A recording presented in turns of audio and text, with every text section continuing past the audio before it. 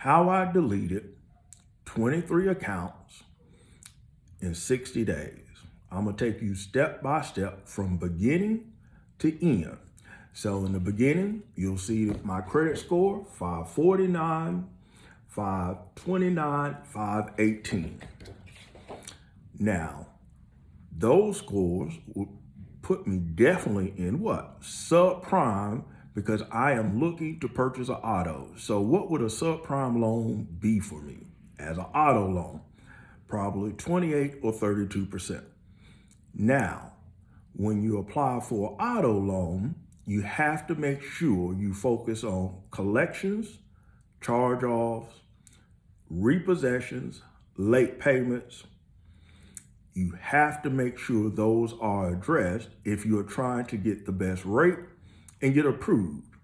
So, and the first step, which comes directly out of chapter 3 of my book, is credit prepare. What is credit prepare? That is where you look at your credit reports with all 3 credit bureaus. So to do that, you would set up a profile with your email address, your name, and your social, and a password. And once you have that profile set up, you can go to Equifax, TransUnion, and Experian and see what addresses, phone numbers, and anything associated with your personal identification is present. What you want to do is make sure you delete anything that is not your current address, your current employer, and anything like a misspelled name, incorrect social security number, incorrect birthday. Now, once you go on to those websites, you'll see all that personal information. Here, I had all these old addresses and old phone numbers on my profile. So here's my current address, here are my old addresses. Once you're in there, each one will allow you to dispute or delete. Now in TransUnion, you can delete. In Experian, you can delete. Equifax still has dispute, but it operates the same. They'll be removed. Once those items are removed, that's step 1 in credit prepare. Step 2, you're going to contact each secondary credit bureau, LexisNexis, Clarity, ARS, G2 Industries, SageStream. Once you contact them, you're going to request a security freeze be placed on your credit report. Now, you can go to their websites and request it. Now, some of them, like ARS, you have to mail your request directly to ARS. And when you do that, make sure you mail it certified. And before you started the credit repair process, make sure your security freezes are in place. And here's the reason. Anytime you have an old address, old phone number, those are typically associated with an older account.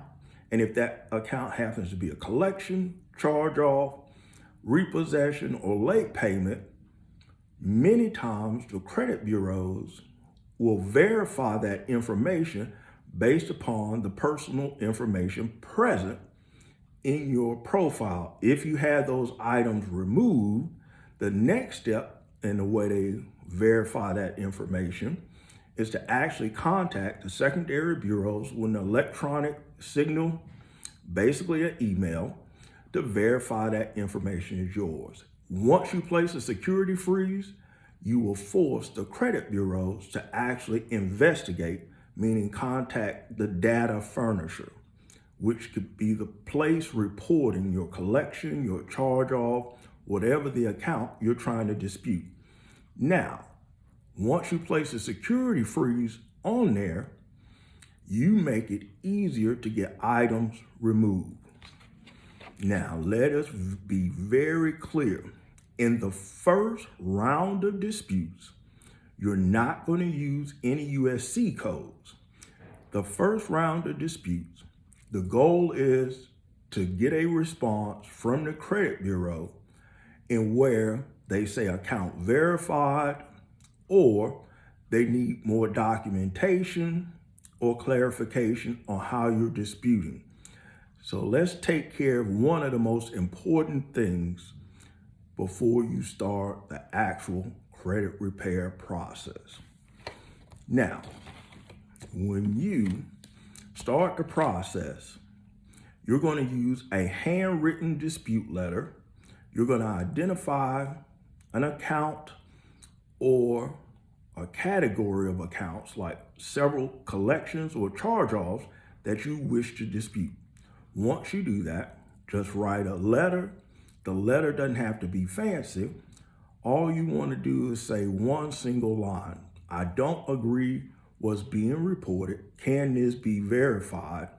And provide this information of the investigation results to me. Now, in the first round, it's very key to make sure your expectations match what is going to occur. In the first round, you typically do not have items removed unless they're very old and close to the statute of limitations. So after you create your letter, this is what you're going to include. You're going to include a copy of your driver's license, a copy of your most recent utility bill, not a cell phone bill, gas, internet, power, or cable. And you're going to enclose a copy of your Social Security card. The reason you're going to place all those documents in with your first dispute, you want to prevent the credit bureaus from sending you a stall letter. What is a stall letter? If you don't include that documentation on your first round, many times credit bureaus will respond with, we need proof of identity. And they're going to request the same documents I just showed you. Now, once you have all those documents, remember, you're going to have a handwritten letter. I recommend it be in blue ink because it's harder for the scanners to actually scan that. But this sentence I have highlighted simply states, I want all my results, my investigation results, provided to me in writing. There are several reasons you want this information provided to you in writing. The first, it puts the onus on the credit bureaus to hit the 30-day mark that is given to them under the Fair Credit Reporting Act. Secondly, it gives you the evidence you need to escalate this when you go into the second round, which is clearly needed.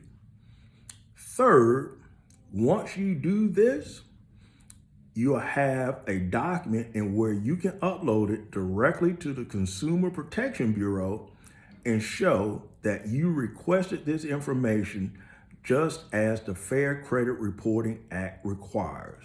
It requires that your disputes be submitted in writing directly to the credit bureaus. And that gives you evidence you're following the guidelines and the rules so you can get a deletion.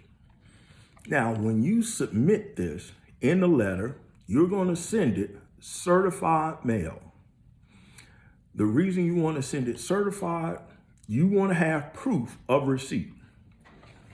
Now, once that information has been mailed and you have proof of receipt, the next step is to go directly to each credit bureau's website. When you go to that website, that'll be experian.com/upload. And I have the other list in the description. So once you get to those websites, you can upload your dispute, all the documentation that verifies your identity, and confirmation of receipt. So they'll have the information that you submitted directly to them by mail, and you'll have provided to them proof of receipt. This enforces the 30-day clock. They have 30 days to respond and provide you a copy of the investigation results. Once you've uploaded this, now the clock begins. Now, in this case, let's talk about the items on my report. There were 19 inquiries, 4 collections, 2 charge-offs. Now, the charge-offs, you can dispute them in the second round. When an item is charged off, you can request a copy of the 1099-C, which means the creditor has written it off for tax purposes and gotten credit for the amount of money you left owing them. So if they do not provide you a copy of your 1099-C, this is a way you can dispute the items.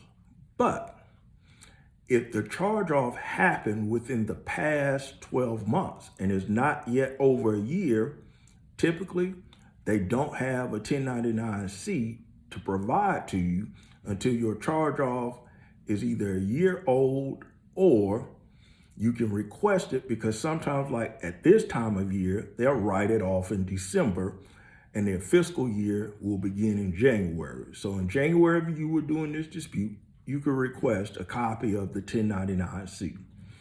Now, once you get that information submitted in writing, I just told you what is there. It's actually 4 charge-offs, 4 collections, and 15 hard inquiries.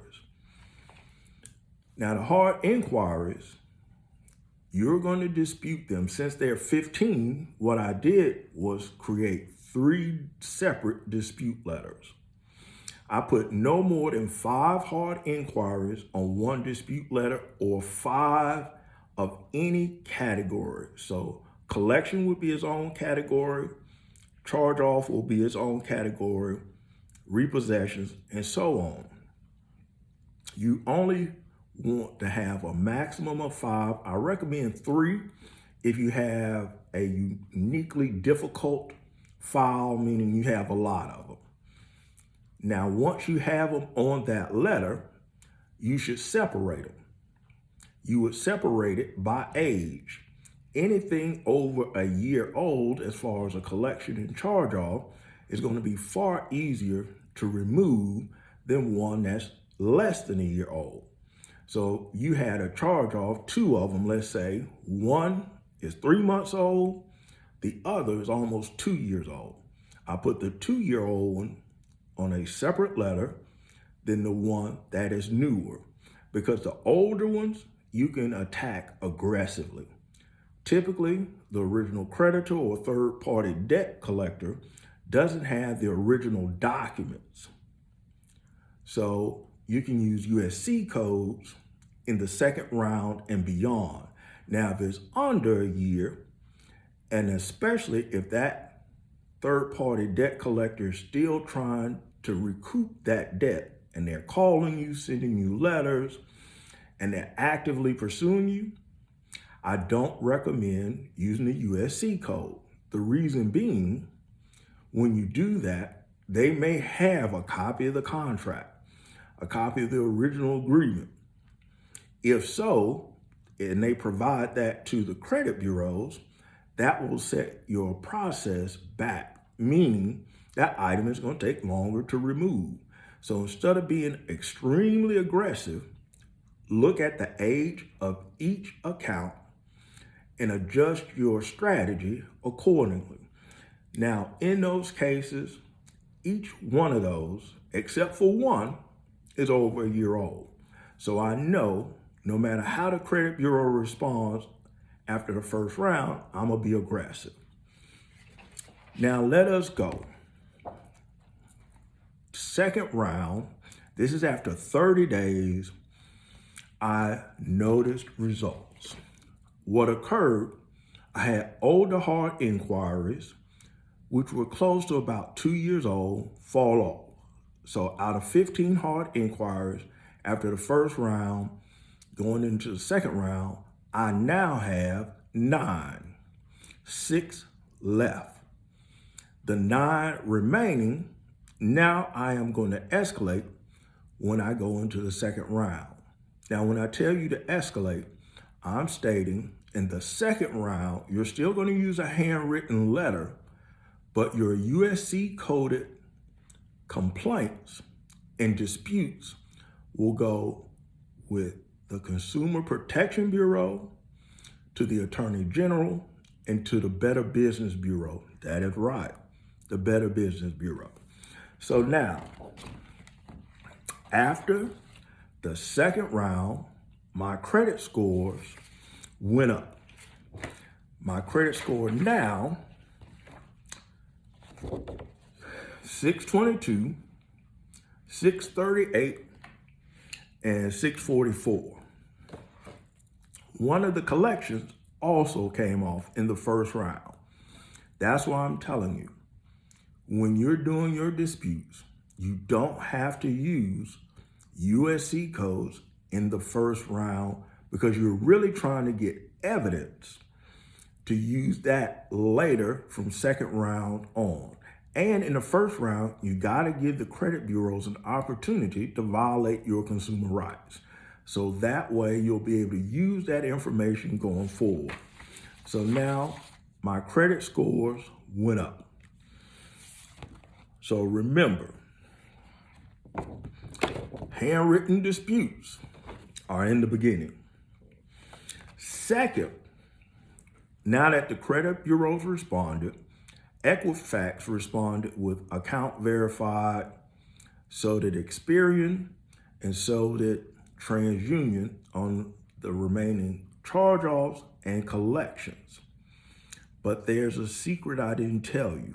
In the first round, right after you upload your disputes directly with the credit bureaus, you're also going to upload that same dispute directly with the Consumer Protection Bureau, and it's going to be just the documentation, proof of identity, and in your complaint, you're simply going to state, I'm requesting this information be investigated, and I'm providing the documents so this may occur. There's a secret why you do this in the first round with the Consumer Financial Protection Bureau. You're not looking for the items to be removed. What you're looking for is them to violate your consumer rights, which you're going to find out in the second round. Now, in the second round, I just told you, they stated their accounts were verified. What did they miss? They never provided documentation nor method of verification on how they verified those accounts. So they're asking me to take their word. Why shouldn't I take their word? Each major credit bureau has been sued successfully by the Consumer Protection Bureau, several state attorney generals, and by class action lawsuits for failing to investigate disputes. So that is very key. Now, when you submit your Consumer Protection Bureau complaint in the first round, remember, is a non-aggressive.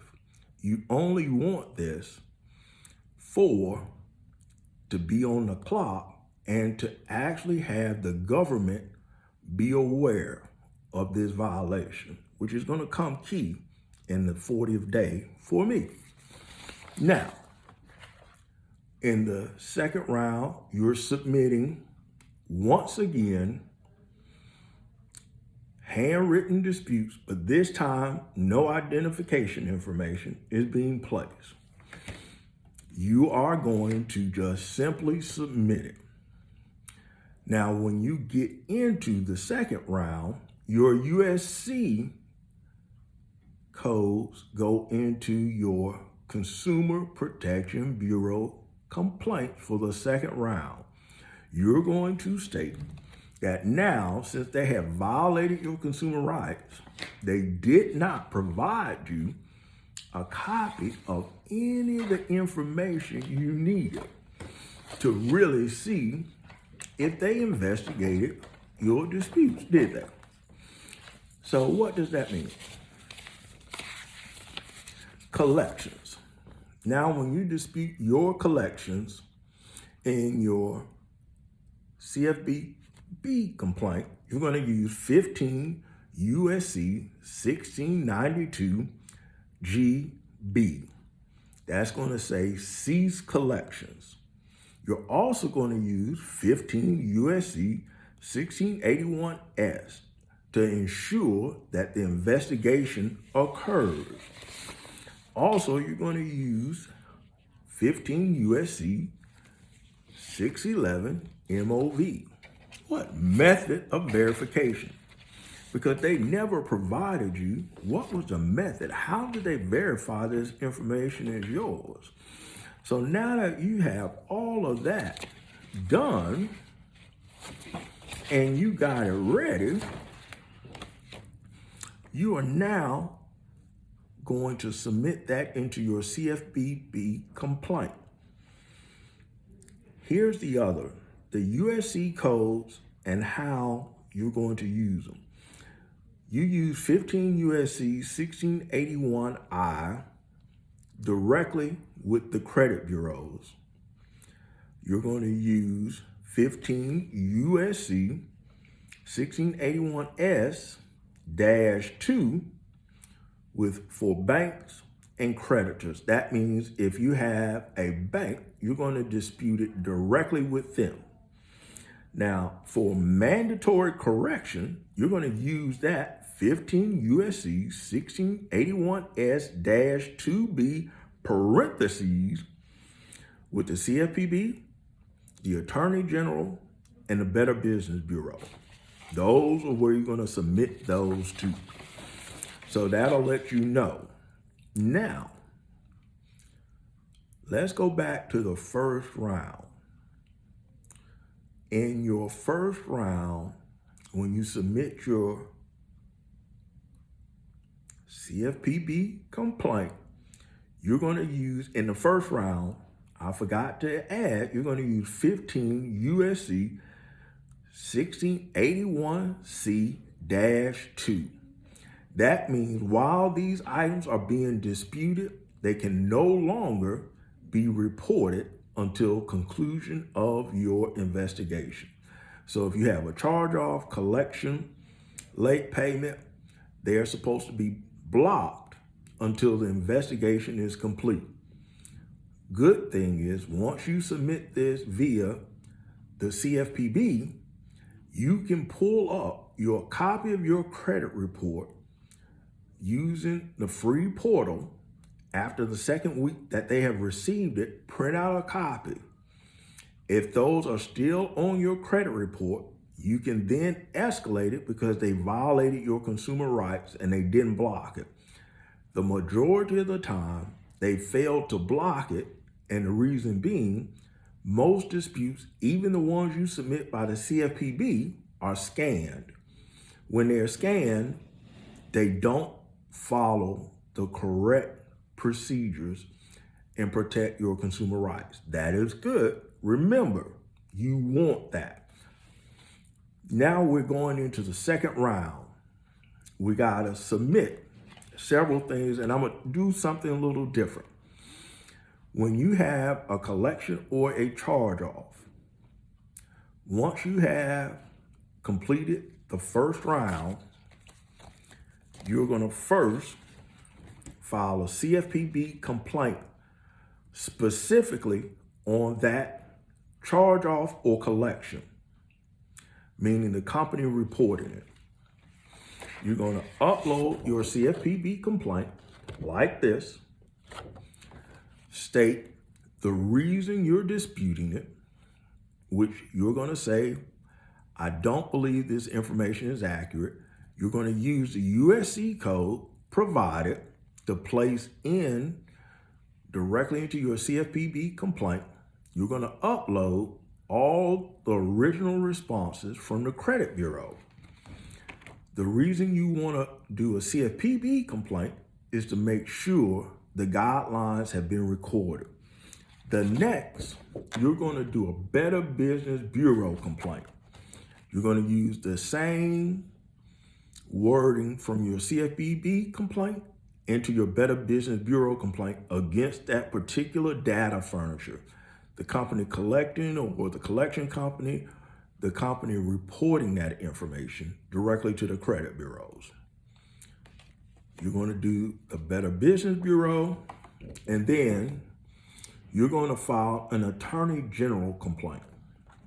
Now, when you file the Attorney General complaint, it is critical that you go in and file it against the company at their company headquarters.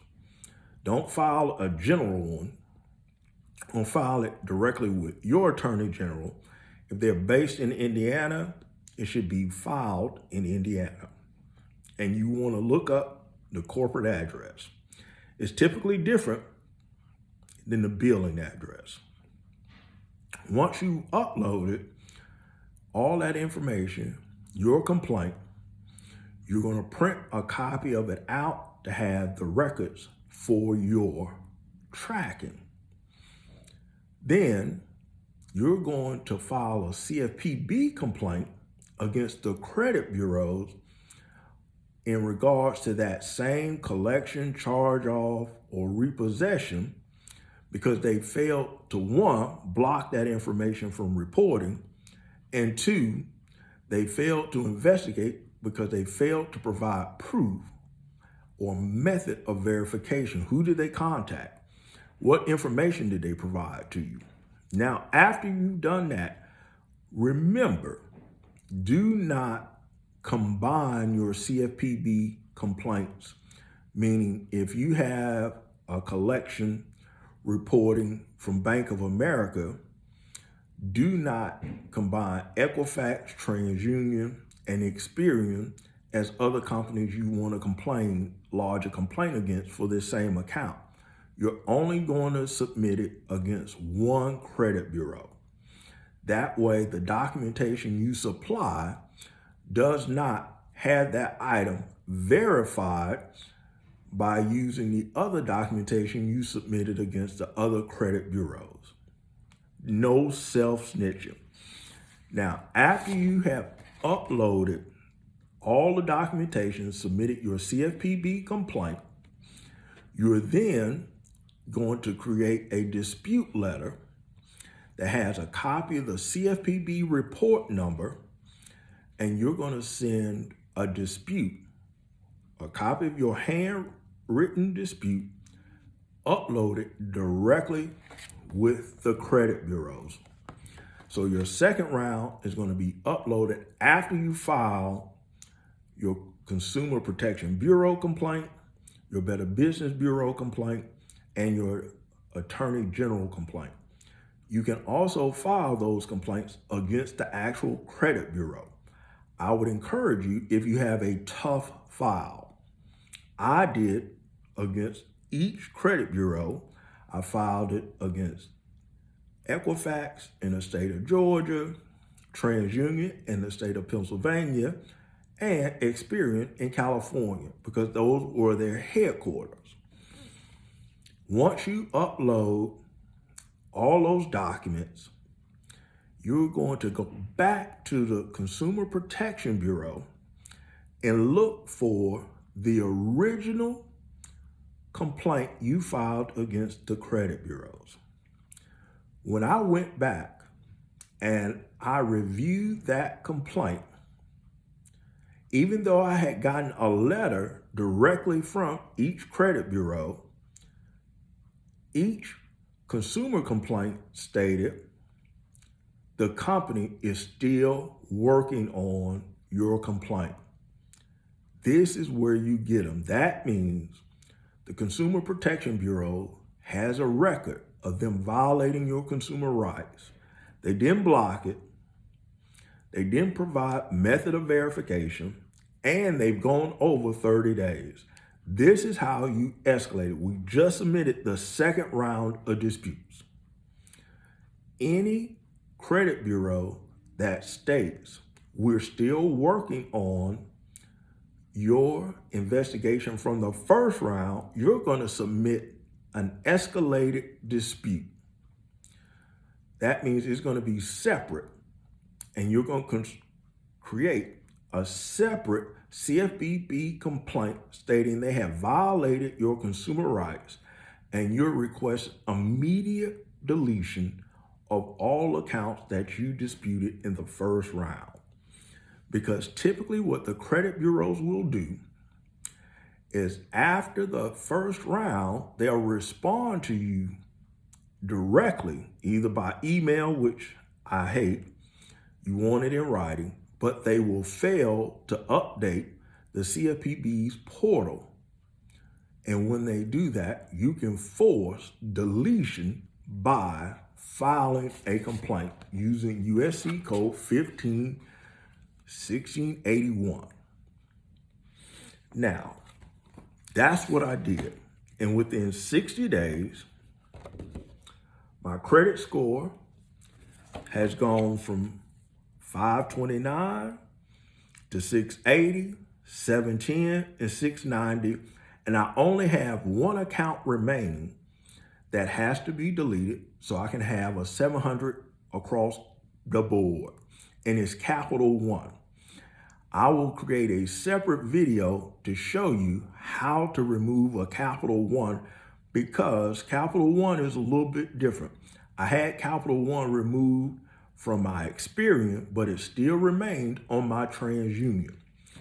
So here are my results.